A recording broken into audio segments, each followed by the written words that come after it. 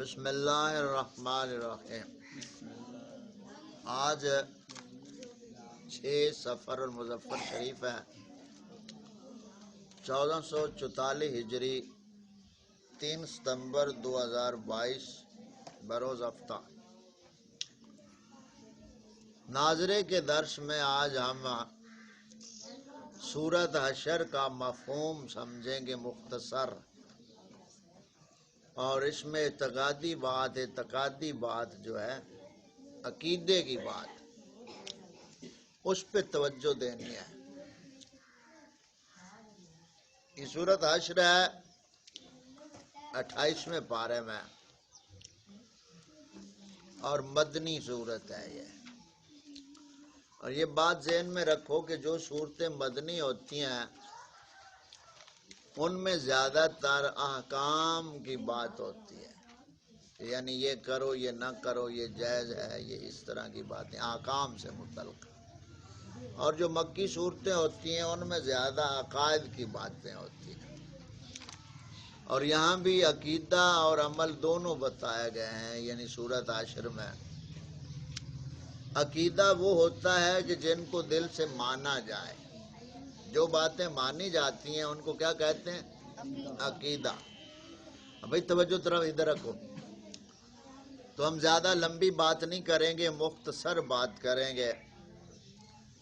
اس سورت کا شان نزول جو ہے، یعنی موقع کیا تھا جب یہ سورہ مبارکہ نازل ہوئی، تو مدینہ طیبہ میں کیا واقعہ پیش آیا جس کے پس منظر میں اللہ تعالیٰ نے اس سورہ مبارکہ کو نازل فرمایا۔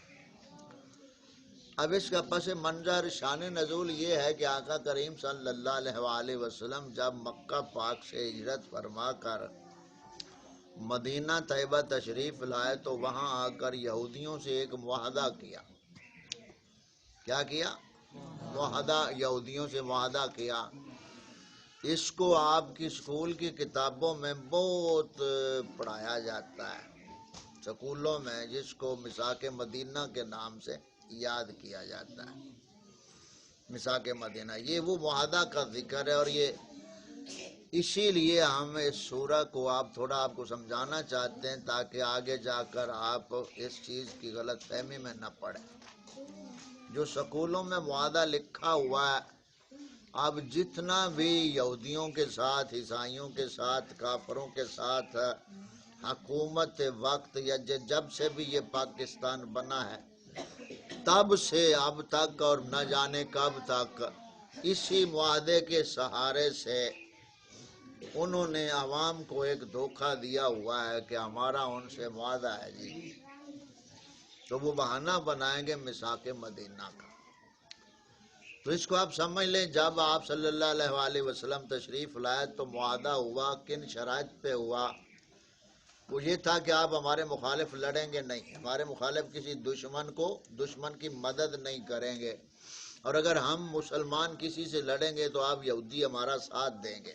یعنی اس طرح کی شرائط تھیں، اور آپ صلی اللہ علیہ وسلم نے ان کو یہ فرمایا تھا کہ تم اپنے عقیدے پہ رہو گے، تم اپنے عقیدے پہ رہو گے، لیکن اپنے عقیدے کی تبلیغ نہیں کرو گے، یعنی یہودیت کو پھیلاؤ گے نہیں، یہودیت پہ رہو لیکن اس کی تبلیغ نہیں کرو گے، اپنے عقیدے پہ رہو۔ اب یہاں جو آپ کو سکولوں میں پڑھایا جاتا ہے اس میں یہ باتیں انہوں نے ملائی ہوئی ہیں کہ آپ صلی اللہ علیہ وسلم نے ان کے مذہب کا احترام کیا، ان کے مذہب کا احترام کیا، اور ان کو ان کی عبادات کی اجازت دی، ساتھ اور بھی کچھ ملا کر پھر وہ اس طرح کی باتیں کرتے ہیں۔ بس توجہ رکھو، سمجھ آگئی بات کی؟ تو آپ تھوڑا سا سوچیں کہ ان کے مذہب کا احترام کیا۔ اب اس کا کیا مطلب ہے؟ یہودی عزیر علیہ السلام کو اللہ تعالیٰ کا بیٹا مانتے ہیں، اور ان کا مشرکانہ عقیدہ ہے، تو کیا مشرکانہ عقیدہ کی نبی پاک صلی اللہ علیہ وسلم تعظیم کر رہے تھے؟ نعوذ باللہ۔ اس طرح کے یعنی یہ خرافات جو آپ کو سکولوں میں بتائے جاتے ہیں یا ٹی وی پہ بک بک کرتے ہیں میثاق مدینہ والی، تو اس میں یہ بات نہیں تھی کہ آپ صلی اللہ علیہ وسلم نے فرمایا کہ ہم آپ کے مذہب کا احترام کرتے ہیں، آپ ہمارے کا احترام کریں۔ سمجھ آئی؟ ایسی بات نہیں تھی ان کے ساتھ، یہ معاہدہ وقتی طور یہی تھا کہ مسلمان ابھی نئے نئے آئے ہیں تو ایک ان کے ساتھ نرمی کا طریقہ تھا تاکہ یہ اسلام میں آ جائیں، اللہ تعالیٰ کے دائمی عذاب سے بچ جائیں اور دنیا میں جہاد یعنی قتل ہونے سے بچ جائیں۔ ان کے ساتھ یہ نرم رویہ ابتدا میں رکھا گیا۔ اب یہ جب معاہدہ ہو گیا تو جنگ بدر ہو گئی۔ جنگ بدر میں مسلمانوں کو فتح ہوئی، اللہ تعالیٰ نے فتح عطا فرمائی، تو یہ یہودی بھی بڑے خوش ہوئے کہ یہ اچھا دین ہے، ہمیں ان کے ساتھ رہنا چاہیے۔ اب آگے جب جنگ احد آ گئی تو اس میں مسلمانوں کو عزیمت اٹھانی پڑی، کوئی تکلیف اٹھانی پڑی، تو اس وقت یہ جو تھے انہوں نے کہا کہ نہیں یار عزت تو ہم پناہ ہو جائیں گے، چھوڑو اس معاہدے کو، سب کو چھوڑ دو، تو معاہدہ انہوں نے توڑ دیا۔ اور جنگ احد کے موقع پر اصل میں انہوں نے ایک ایسا ڈرامہ رچایا یہودیوں نے کہ آپ صلی اللہ علیہ وسلم کی بارگاہ میں آیا کہ آپ ہمارے پاس تشریف لائیں، تو ایک پہاڑ کے اوپر انہوں نے ایک منصوبہ انہوں نے بنایا یہودیوں نے کہ آپ صلی اللہ علیہ وسلم جب تشریف لائیں گے تو اوپر سے ہم پہاڑ پتھر گرا دیں گے تو نعوذ باللہ شہید کر دیں گے اور ہماری جان چھوٹے گی۔ یہ منصوبہ انہوں نے بنایا منافقوں کے ساتھ مل کر، اور وہاں آپ کو اللہ تعالیٰ نے پہلے ہی ان کے اس منصوبے سے بتا دیا تو ان کا منصوبہ ناکام ہو گیا۔ تو ہم زیادہ لمبی بات نہیں کرتے، یہاں تھوڑا سمجھانا یہ ہے کہ یہ جنگ احد کا واقعہ یا یہ پتھر گرانے والا واقعہ جو شیعہ خبیث نسل ہے، وہ یہ واقعہ شواہد النبوت سے بیان کر کے نعوذ باللہ ابو بکر عمر عثمان پاک اور صحابہ پاک کو مجرم ٹھہراتی ہے، اور وہ اپنی طرف سے ڈنڈی مار کے ان کا ایک کنجر ہے وہ جو اسے ہم سور کہیں تو سور کی توہین ہے، وہ ایسی کتے کی جنس ہے جس کا نام آصف رضا علوی ہے، اور وہ یہ اپنی طرف سے یعنی باتیں ملا کر نعوذ باللہ صحابہ پاک کے اوپر بھونکتا ہے وہ۔ تو بہرحال اس پس منظر میں جب ان کا یہودیوں کا بڑا تھا، قعب بن اشرف یہودی اس کا نام تھا، جب اس نے دیکھا کہ مسلمانوں کو تو یہاں عزیمت اٹھانا پڑی ہے، اور جنگ احد میں جب شیطان نے افواہ پھیلائی کہ آپ صلی اللہ علیہ وسلم تو شہید ہو گئے، تو جب ایک آپ نے قائد اور جرنیل کے بارے میں ایسی خبر سنے تو اس وقت جو لشکر ہوتا ہے اس میں بھگدڑ مچ جاتی ہے، تو یہ کیفیت وہاں بنی تھی۔ اب اس پس منظر میں وہ خاموش، اس پس منظر میں ہوا یہ کہ معاہدہ انہوں نے توڑ دیا، اور یہ جو یہودیوں کا بڑا تھا سردار قعب بن اشرف یہودی، یہ 12 آدمیوں کے ساتھ وہاں سے رات کو یا دن کو چھپ کر وہاں مسلمانوں سے مکہ پہنچا، اور مکے میں آ کر کافروں کے جو سردار تھے نا، توجہ سے بات سنو، وہ جو کافروں کے سردار تھے مکے میں ان کو اکٹھا کیا، اور کعبہ شریف کا غلاف یعنی پکڑ کر جو اس دور کا رواج تھا، قسم اٹھائی اس نے، یعنی کعبے کی دیوار پہ ہاتھ رکھ کے قسم اٹھائی کہ ہم نے معاہدہ توڑ دیا، ہم تمہارے ساتھ ہیں، ہم تمہارے ساتھ۔ جب ان کا معاہدہ توڑنے، اب معاہدہ تو وہیں ٹوٹ گیا جن کو آج تک یہ نیچری طبقہ جو نیچری فرقہ سکولی ہے اسی معاہدے میثاق مدینہ کو لے کر اب بچوں کا ذہن بنا دیتی ہے کہ میثاق مدینہ میں آقا کریم صلی اللہ علیہ وسلم نے ان کے ساتھ معاہدہ کیا تو ہمیں بھی ان سے نرمی رکھنی چاہیے، اور پھر وہی بچے 15-16 سال جو میثاق مدینہ پڑھ کر جب آگے ٹی ویوں پہ آتے ہیں تو پھر وہی بک بک شروع ہوتی ہے۔ یہ سمجھ آ گئی؟ تو کبھی اس سے دھوکہ نہیں کھانا ان نیچریوں خبیثوں خنزیروں لائنوں سے۔ تو اب کیا ہوا اس پس منظر میں، آپ صلی اللہ علیہ وآلہ وسلم نے جب ان کے معاہدہ توڑنے کی آپ کو وسلم کو اطلاع ملی تو آپ نے اپنے خادم کو، اپنے غلام کو، اپنے صحابی کو جن کا نام محمد بن مسلمہ انصاری تھا، کیا نام تھا؟ محمد بن مسلمہ انصاری، یہ قبیلہ انصار سے تھے، انہوں نے جا کر پھر یہ کعب بن اشرف یہودی کو واصل جہنم کیا، قتل کر دیا، جس نے یعنی بدعہدی کی، غداری کی۔ تو محمد بن مسلمہ انصاری صحابی رسول تھے، انہوں نے جا کر اس کو واصل جہنم کیا، سمجھ آئی؟ تو یہ تھوڑا سا پس منظر تھا۔ اس پس منظر میں پھر اللہ تعالیٰ نے یہ سورۃ حشر نازل فرمائی، اور ان منافقوں کے کرتوتوں کو ظاہر کیا. اور جیسے آپ نے پڑھا بھی آج کا ہی جو رکوع ہم نے پڑھا ہے، اس میں یہی اللہ تعالیٰ نے فرمایا ہے ان کے منصوبے کو. الم تری الی الذین نافقوا، کیا تم نے منافقوں کو نہ دیکھا؟ یعنی اے محبوب صلی اللہ علیہ وسلم، کیا آپ نے منافقوں کو نہیں دیکھا؟ یعنی کیا مطلب؟ یعنی دیکھا ہے. کیا آپ نے منافقوں کو نہیں دیکھا کہ اپنے بھائیوں کافر کتابیوں کو کہتے ہیں؟ سمجھ آ رہی بات؟ اپنے بھائیوں کافر کتابیوں کو کہتے ہیں کہ اگر تم نکالے گئے تو ضرور ہم تمہارے ساتھ نکل جائیں گے اور ہرگز تمہارے بارے میں کسی کی نہ مانیں. یعنی مشرک جڑے سن کافر مکے والے انہاں نال یعنی ساز باز کر لیا، یہودیاں نال ساز باز کر لیا منافقاں نے. تو یہی منافق یعنی یہ 1000 بندہ لے کے جڑا منافقاں دا سردار آیا جنگ احد دے موقع تے پھر واپس آ گیا رستے دے وچوں. تو معلوم ہویا ہمیشہ منافق جڑے نے وہ کافراں نوں برا آکھدے. قرآن پاک تو ہمیں کیا سبق ملا کہ جو منافق ہیں وہ کافروں کو، کافر کتابیوں کو بھائی کہتے ہیں. کون کہتے ہیں؟ منافق. اب یہاں منافق کی پہچان آپ کے سامنے آ گئی کہ جو کافروں کو اپنے بھائی کہیں وہ کون ہوئے؟ کافر ہوئے. انہی جیسے ہو گئے وہ، جیسے پیچھے ہم نے دروس میں پڑھا. تو یہ بات سمجھ آ گئی. یہاں ہم نے تھوڑا سا تعارف سورت حشر کا آپ کو بتایا. اب آپ ایمان سے بتاؤ، تمام طلباء توجہ میری طرف رکھو اور سیدھے ہو کر بیٹھو. آپ سب بچے ایمان سے بتاؤ، اگر آپ کو سکولوں میں اس طرح قرآن پاک سمجھایا جائے، پڑھایا جائے، سمجھایا جائے، تو کیا کوئی مسلمان غلام رہ سکتا ہے کسی کا؟ اب دیکھو نا ہمارے ساتھ ظلم یہ ہو رہا ہے، ظلم یہ ہو رہا ہے کہ وہاں ہم کو صرف ناظرہ پڑھایا جاتا ہے، سمجھایا نہیں جاتا ہے. تو مقصد تو اصل سمجھنا ہے. سمجھ نہیں آئی؟ ایک آدمی روٹی کھانا جانتا ہے، پکانا نہیں جانتا. تو اگر کوئی وقت ایسا آ جائے کہ اسے پکا کر کوئی بھی نہ دے تو وہ بھوکا مرے گا یا نہیں؟ بھوکا مرے گا نا. تو روٹی پکانا سیکھا ہوگا تو پھر کوئی بھی وقت آ جائے تو خود پکا کر کھا لے گا. تو ہمارے ہاں یہ المیہ ہے. بات سمجھ آ گئی اتنی؟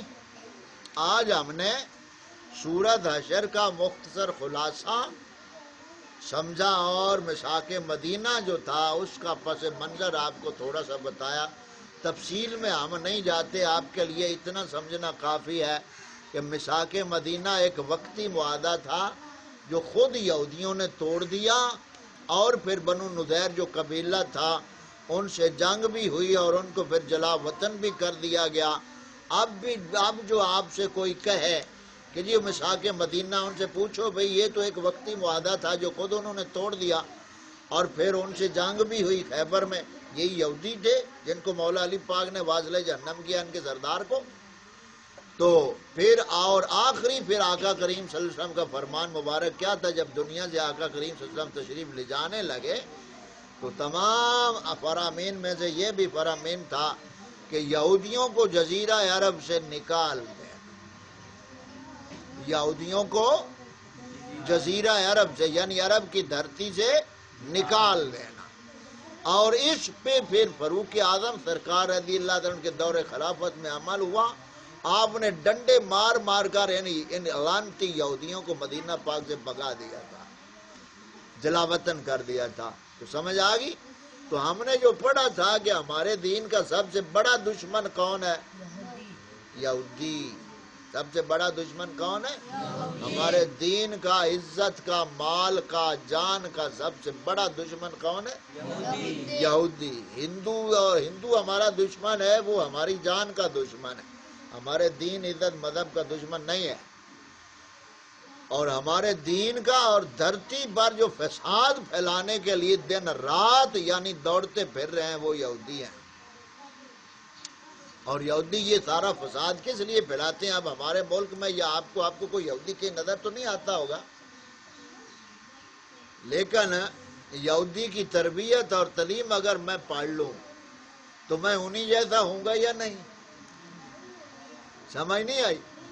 تو اس لانتی نے اپنا نظام ہمیں دیا ہے، اس نظام کو تم نے چلانا ہے، پہلے 10 سال پڑھنا ہے، پھر آپ میرا نظام چلانے کے قابل ہوں گے۔ اب ایمان سے بتاؤ، حافظ ہو، حافظ قرآن ہو، وہ تھانے کا نظام چلا لے گا یا کورٹ کچہری چلا لے گا؟ بھائی جو تھانہ کورٹ کچہری چلانا ہے تو انہی کے تعلیم طریقہ کو سیکھنا ہوگا نا۔ اس لیے اس یہودی نے یہ فتنہ حیدرآباد سے کھڑا کیا ہوا ہے۔ تو یہاں بات ختم کرتے ہیں۔ آج کا ہمارا مختصر یہ درس اس تعارف کے حوالے سے تھا کہ سورۃ حشر کا ہم نے پڑھا مساک مدینہ کے حوالے سے، اور ایک یہ ہمیں پتہ چلا کہ جو منافق ہیں ان کی پہچان یہ ہے کہ وہ کتابیوں کو، اہل کتاب کو، کافروں کو اپنا بھائی کہتے ہیں۔ سمجھ آ گئی؟ تو یہ بھی آج یہ بات سمجھ لیں کہ جہاں جنازہ پڑھانے آیا تھا وہ شاہ تھا یا پتہ نہیں کیا تھا، وہ دار القادری کا گرویدہ ہے۔ ہاں، دار القادری کا گرویدہ ہے جو یہاں وہ جنازہ پڑھانے آیا تھا۔ یہ چند دن پہلے کی بات ہے۔ وہ آپ کا کیا لگتا ہے ویسے؟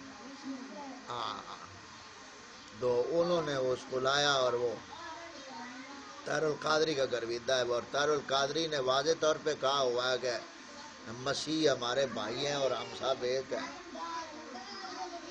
اب خود اندازہ لگا لو۔ یہ وہی بات مقدر کی بات ہے۔ 3 موقع ہوتے ہیں، 3 موقع ہوتے ہیں۔ بچہ پیدا ہو تو ماں باپ خوش قسمت ہیں کہ کسی صحیح سنی مسلمان عقیدے والے سے بچے کے کان میں اذان دلوائیں اور اسے گٹی دلوائیں۔ یہ پہلی بات ہے۔ دوسرا مقام ہوتا ہے نکاح پڑھانے کا۔ تو یہ بھی کوئی خوش قسمت ماں باپ ہیں جو ایسے موقع پہ کسی نیک اور اچھی بزرگ سنی شخصیت کا انتخاب کرتے ہیں۔ یہ دوسرا موقع ہوتا ہے۔ اور تیسرا موقع ہوتا ہے جنازہ پڑھانے کا۔ تو قوم کو اس چیز سے غرض نہیں ہے۔ قوم کو تو یہ ہے کہ آگے آ کر مصلی کھڑا ہو جائے تو پیچھے امام دے اللہ اکبر۔ قوم کو کیا ہے؟ آپ اپنے ذہنوں میں اس شعور کو رکھیں گے کہ ان تینوں موقعوں پہ آپ صحیح سنی العقیدہ امام کا انتخاب کریں۔ ٹھیک ہے؟ اور یہ ویسے بھی دن، یہ جو ماہ مبارک ہے، ماہ سفر شریف ہے، اعلیٰ حضرت علیہ الرحمہ کے وصال کے حوالے سے ہے۔ 25 سفر کو آپ کا وصال مبارک ہے، تو اس کا بھی ہم آپ کو کل سے تھوڑا تھوڑا تعارف ساتھ کرائیں گے احمد رضا علیہ الرحمہ کا، تاکہ آپ یہ پہچان ذہن میں رکھیں۔ دوست اور دشمن کی پہچان اگر آپ کر لیں گے تو سمجھ لو آپ نے جو پڑھا ہے وہ محفوظ ہو گیا۔ اور دوست اور دشمن کی اگر پہچان نہیں رکھ سکتے ہو تو آپ نہ اپنی جان بچا سکتے، نہ اپنا مال، نہ عزت، نہ دین۔ 5 چیزوں سے محبت ہوتی ہے نا، وطن سے، جان سے، مال سے، اولاد سے اور عزت سے۔ تو جب تک یہ محبت ہے، اب انہی چیزوں کی محبت ہے تو ہم محبت سے یہ کام کرتے ہیں نا۔ تو اگلی 6ٹھی چیز تھی دین۔ اب دین سے محبت ہوتی تو اس کی ہم زیادہ اس کو حاصل کرتے۔ اب جس چیز سے ہمیں زیادہ محبت ہے اسی کام کو ہم شوق سے کرتے ہیں۔ تو آپ اچھی بات ہے، الحمدللہ آپ کے ذہن میں شوق ہے، محبت ہے، سیکھتے ہیں آپ ٹائم سے، اچھی بات ہے۔ اور اس شوق کو مزید آپ اس میں اضافہ کریں۔ ٹھیک ہے؟ تو آج کے درس کو ہم ختم کرتے ہیں، اور کل سے انشاءاللہ تعالی اسی سورۃ حشر کا کل آپ کو امام زین العابدین رضی اللہ تعالیٰ عنہ جو 6 امام ہیں ائمہ اہل بیت اطہار میں سے، کل ان کا ایک واقعہ رافضیوں شیعوں کے حوالے سے جو مکالمہ ایک ہے وہ انشاءاللہ تعالیٰ کل اسی سورۃ حشر سے ہم سمجھیں گے، اور پھر آگے سورۃ ممتحنہ آ جائے گی تو پھر اس کی طرف ہم بڑھیں گے۔ چلو اب یہ ہمارا آج کا درس ختم ہوا۔